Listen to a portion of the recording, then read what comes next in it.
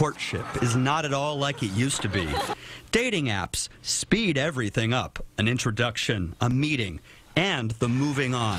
So nowadays, a first date becomes first name only. I'm married, but when I was dating, I think that would be unheard of. Right? Edward Huang of Midtown says some of his single friends are like dating machines who guard personal information on initial coffee dates that are so often just one and done. There's so much public information out there these days that I think it makes perfect sense to have a proportionate amount of relationship before you disclose, personal information. Your last name? Yes, even your last name. You may not want to give that level of detail about yourself because you don't want to be Facebook stalked. Thomas Farley is an etiquette expert who goes by Mr. Manners. He says keeping dates on a first name basis is a trend among millennials. And that person perhaps does not even make it into your phone.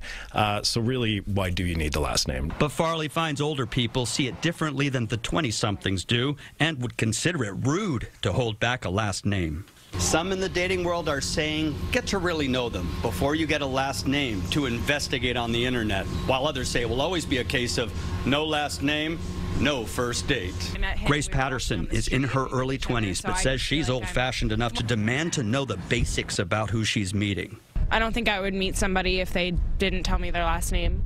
I think that's a little bit concerning if they don't tell me their last name before I meet them. You'll end up finding out their last name anyway, so that's kind of usually how I go about it, and it's never really been an issue. He and others say, look at it this way, a last name will always surface for something that seems like it could last.